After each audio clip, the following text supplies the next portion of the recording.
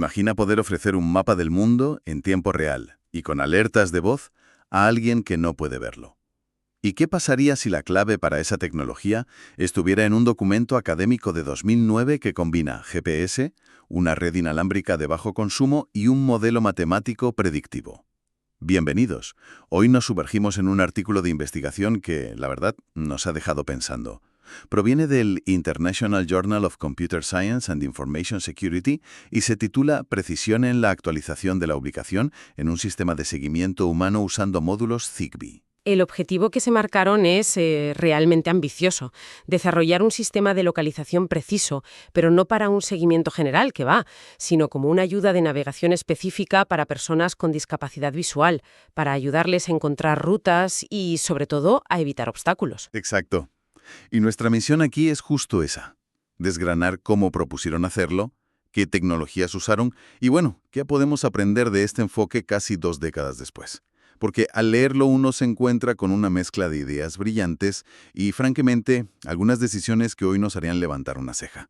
Vamos a darle una vuelta a esto. Bien, empecemos por la arquitectura del sistema. Proponen una combinación de 3 tecnologías: GPS, módulos Zigbee y un odómetro. A ver, a primera vista a mí esto me genera una duda. En 2009, el GPS de consumo no era especialmente preciso. Para nada. Y se perdía por completo en interiores. Y Zigbee, aunque consuma poco, tiene un alcance muy corto. ¿Cómo pretendían que esto funcionara de forma fiable, no sé, en un edificio o en una calle concurrida? Parece un sistema con 2 puntos débiles enormes desde el principio. Tienes toda la razón, y esa es precisamente la clave para entender la propuesta. Ellos eran plenamente conscientes de esas limitaciones. El GPS les daba una ubicación general, una coordenada, aproximada en un mapa al aire libre. El Zigbee, que podemos imaginarlo como una especie de Bluetooth de bajo consumo, creaba una red local para comunicar datos entre sensores sin agotar las baterías. Pero la pieza que intentaba compensar las debilidades de las otras dos era la tercera, un odómetro. Un odómetro que es en esencia un contador de pasos.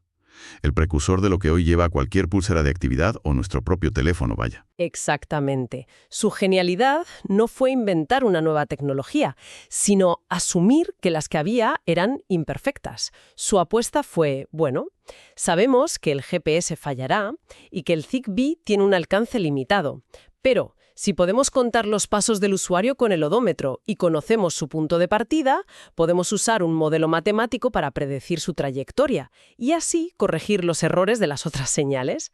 La verdadera magia del sistema no estaba en los sensores, sino en el software que interpretaba esos datos.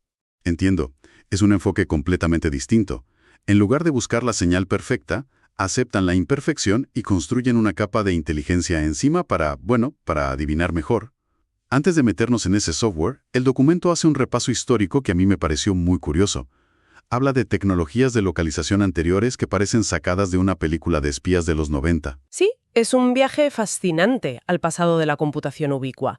Mencionan, por ejemplo, el Active Badge de principios de los 90. Era un sistema de infrarrojos. Cada persona en una oficina llevaba una insignia que emitía una señal única como un mando a distancia. Y había sensores en el techo. Ajá. Y esos sensores captaban la señal para saber quién estaba en qué habitación. Y luego su evolución, el Active Bat, que suena aún más curioso, la verdad. Sí, cambiaba los infrarrojos por ultrasonidos. Funcionaba esencialmente como el sonar de un murciélago o de un submarino. La insignia emitía un ping ultrasónico y el sistema medía el tiempo que tardaba en llegar a diferentes micrófonos en el techo, triangulando la posición con muchísima más precisión. Es curioso porque uno pensaría que con el 5G y el Wi-Fi actual, los problemas que tenían esos sistemas estarían más que superados. Sin embargo, el documento señala que los desafíos fundamentales siguen siendo los mismos. ¿A qué se refieren con que siguen siendo un reto? Se refieren a los 3 grandes enemigos de cualquier sistema de localización que se base en ondas: la reflexión, la atenuación y el trayecto múltiple, o multipath. La reflexión es simple. La señal rebota en una pared y llega al receptor desde una dirección equivocada, y claro, engaña al sistema. La atenuación es cómo esa misma pared o cualquier obstáculo debilita la señal al atravesarla, pudiendo incluso hacer que se pierda. Y el trayecto múltiple suena como la combinación de los 2 problemas, ¿no? Exacto. Es el caos resultante. El receptor recibe la misma señal varias veces con milisegundos de diferencia. porque ha llegado por varios caminos distintos. Una directa, otra rebotada en una pared, otra en el techo. El sistema se confunde y no sabe cuál es la señal real para calcular la ubicación. Claro. Son problemas que, incluso hoy, siguen siendo un dolor de cabeza para conseguir una localización precisa en interiores usando Wi-Fi o Bluetooth. En ese repaso histórico también mencionan un par de conceptos que me dejaron algo inquieto. El Digital Angel y el Berry Chip. Sí, aquí el documento se adentra en un terreno más futurista para la época. El Digital Angel era un concepto de sistema de seguimiento médico pensado para monitorizar constantes vitales y ubicación, que en sus diseños originales se planteaba como un implante. Y el Berry Chip era un chip RFID del tamaño de un grano de arroz, también diseñado para ser implantado bajo la piel para identificación. Y es que, mientras leía el documento, me encontré con una frase en la sección del modelo del sistema que me llamó poderosamente la atención. Uno de los puntos del proceso es, y cito textualmente, construir el chip en el humano. ¿Qué significa eso exactamente? Suena bastante distópico. Es una frase como mínimo ambigua y llamativa, y es un punto donde el documento, que es muy riguroso técnicamente, pasa de puntillas por un debate ético enorme. No queda nada claro si se refieren a integrar los sensores en la ropa o en un dispositivo que la persona lleva, o si están sugiriendo literalmente un implante subcutáneo. Esa ambigüedad es crítica, porque una cosa es un dispositivo que te pones y te quitas, como un reloj inteligente o el propio teléfono. Claro. Y otra muy distinta es un implante permanente. Plantea preguntas serias sobre la autonomía corporal, la privacidad, el consentimiento. ¿Quién tiene acceso a esos datos de localización 24/7? ¿Se puede desactivar? Exacto. El documento no explora ninguna de estas cuestiones, se centra puramente en la viabilidad técnica. Pero esa frase es un recordatorio de que la tecnología nunca es neutral. La forma en que se implementa y las palabras que se usan para describirla tienen implicaciones profundas. Es un buen ejemplo de cómo esa mentalidad de moverse rápido y romper cosas a veces ignora las consecuencias humanas. De acuerdo. Dejemos de lado por un momento las implicaciones éticas y volvamos a la magia del software que mencionabas. El cerebro de todo este sistema predictivo son las cadenas de Markov. Explícanos esto. Aquí es donde el artículo se pone realmente denso, pero la idea fundamental es sorprendentemente elegante. Se basa en lo que se conoce como la propiedad markoviana. Para predecir el estado futuro, dónde estarás en el siguiente segundo, solo necesitas conocer el estado presente, dónde estás ahora. Todo tu historial de movimientos, todo el camino que has recorrido hasta este punto, es irrelevante para la predicción del siguiente paso. Eso parece una simplificación enorme del movimiento humano. Lo es. Es una forma de hacer el problema manejable a nivel computacional, pero es una simplificación con riesgos. En concreto, el documento especifica que utilizan un modelo de paseo aleatorio simple. Esto es como modelar tu camino al trabajo imaginando que en cada esquina lanzas un dado para decidir si sigues recto, giras a la derecha o a la izquierda. Pero nadie camina así. La realidad es que tienes un destino, una intención. Un humano no se mueve al azar. Y me atrevería a decir que una persona con discapacidad visual, cuyo movimiento es probablemente mucho más deliberado y metódico, se parece aún menos a un paseo aleatorio. ¿No es esta una debilidad fundamental del modelo? Es la mayor crítica que se le puede hacer, sin duda. La cuestión es si el modelo, a pesar de su simplicidad, es suficientemente bueno para la tarea que le encomiendan.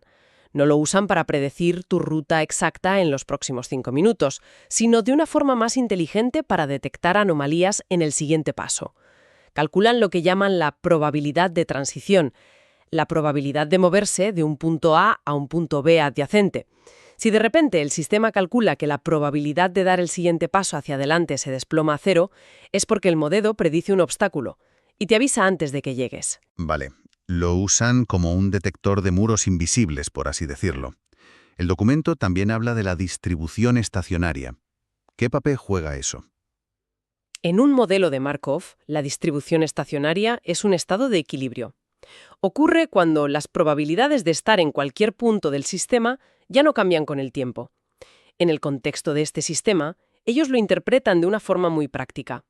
La persona se ha detenido. Si el modelo predice que deberías estar moviéndote y, sin embargo, tus datos del odómetro indican que llevas varios segundos en el mismo sitio, el sistema alcanza ese estado estacionario. Entiendo la idea, pero me pregunto si no es darle demasiada responsabilidad al modelo.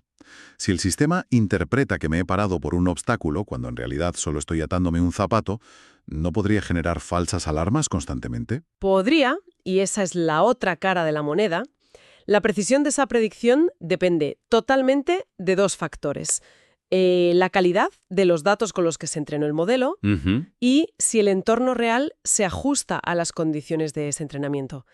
En el mapa que proporcionan vemos un campus universitario, un entorno controlado, con caminos definidos, casi un laboratorio al aire libre. La gran pregunta es si este modelo, entrenado en un campus, funcionaría igual de bien en el caos de una plaza céntrica en hora punta, con multitudes, terrazas y un ruido de señales de Wi-Fi y Bluetooth que podrían interferir con el Zigbee. Claro. Y para validar su modelo, hicieron un experimento en este mismo campus.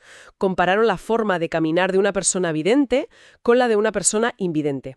Y los datos que recogen son increíblemente específicos. ¿Sí? Y esta es la parte más práctica del estudio. Midieron y calcularon que un paso promedio mide 0,58 metros, 58 centímetros.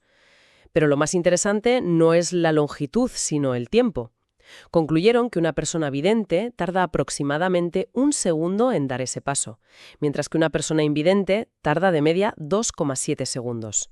Casi el triple de tiempo. Esa diferencia es enorme. Es crucial.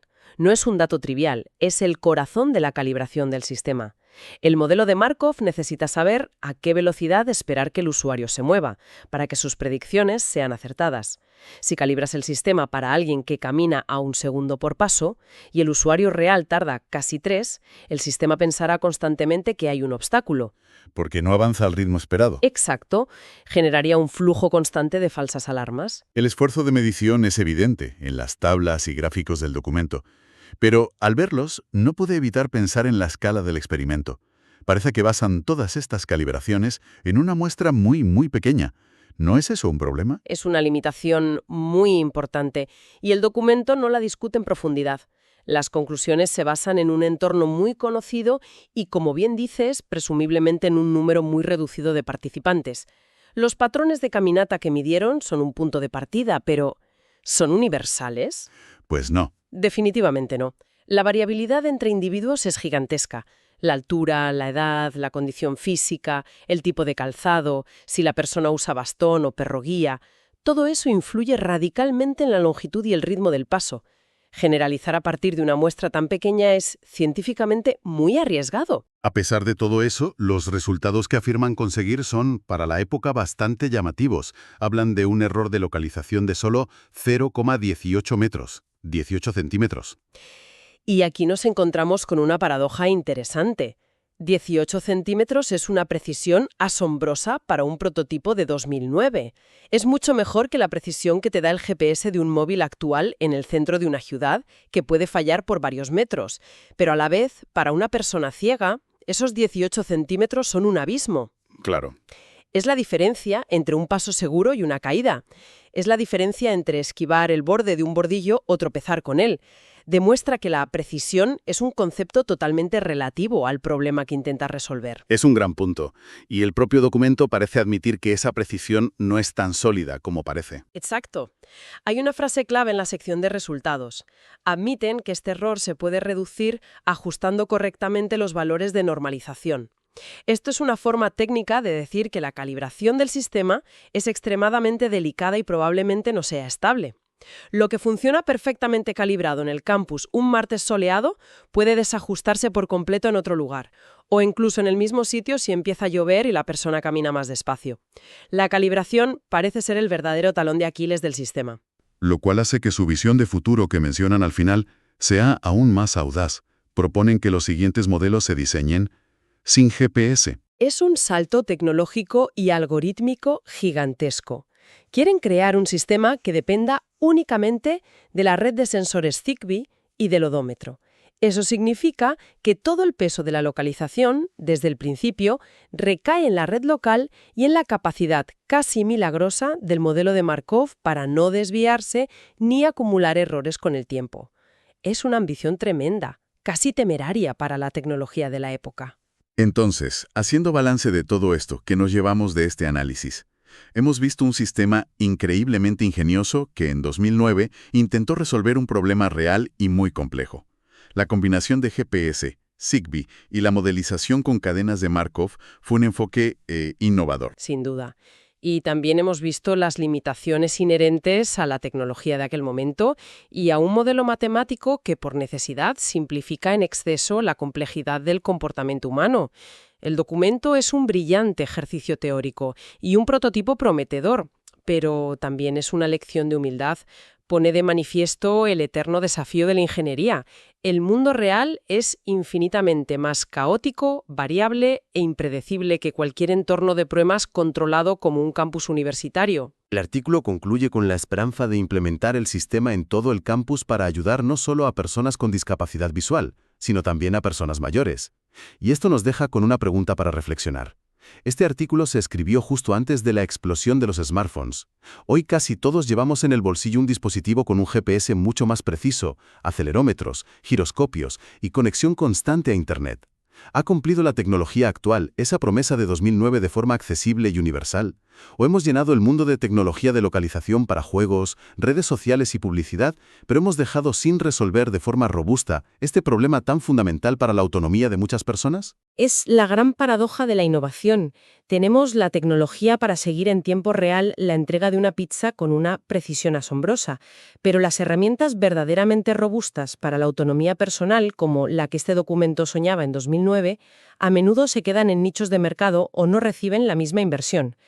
La promesa tecnológica está ahí, pero la ejecución universal sigue siendo la asignatura pendiente. Gracias por acompañarnos en esta exploración. Hasta la próxima.